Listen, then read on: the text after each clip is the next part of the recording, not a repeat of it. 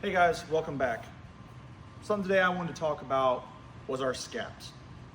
Okay, a lot of people underutilize them. Everybody always talks about in baseball about posture, okay, about being able to get your arm up.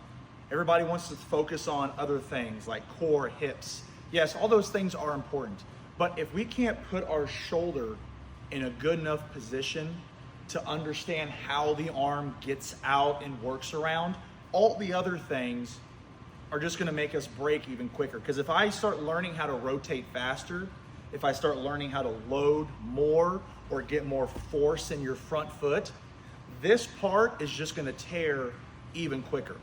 And so when you guys are thinking about scaps, when you kind of watch this video today, I want you to think on what can get me to understand this with my body, okay? I'm not talking about you getting Mr. Big Scaps.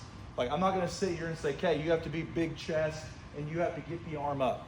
What you need to understand is how the shoulder feels with you allowing your chest to be extended out, where I'm able to kind of pinch the upper half of my scaps or back, so then my arm understands what a feeling is, okay? And if you start getting into more dynamic stuff, I get that, or you get a little more critical thinking, I get that as well. That's how I had to go about it. But for you to think, okay, if I just pinch my scaps, okay, if you look, if I just pinch my scaps right now, that's setting my chest in a good position. Okay, if I pick my arm up and it's just 90 degrees and I think about pinching my back again, that's me just dropping my arm. That's me not keeping my elbow up. That's me just pinching my scaps. My arm's here, I'm gonna let it drop. That's a pretty good position if I'm just thinking about pinching my scaps back here. My elbow is even or above my shoulder.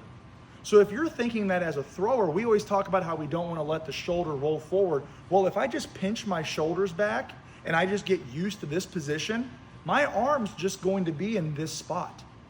So if I can think of doing that on both sides, hey, that's a pretty good thing for you to think on, okay, hey, my arms are here. It's gonna be a lot easier for you to understand what your arm is doing around your shoulder if you get on the side or if you kind of push on the inside of it, okay? So when you guys are thinking about pinching your scaps, I just want you thinking kind of chest up and with your back muscles. Because if I can just sit here and I can have my hands together and I pinch my scaps, if I then move a direction, my hand and shoulder can't fall. They're just stuck there. So now my body can just move in a direction where I don't have to worry about is my arm getting long or is my glove side getting too far extended. If I keep my scaps pinched, okay, my hand can't go out too far without me relaxing that area. And that's where then you guys can start finagling and start figuring out ways that you're like, hey, I like this, but I also like my hand being here.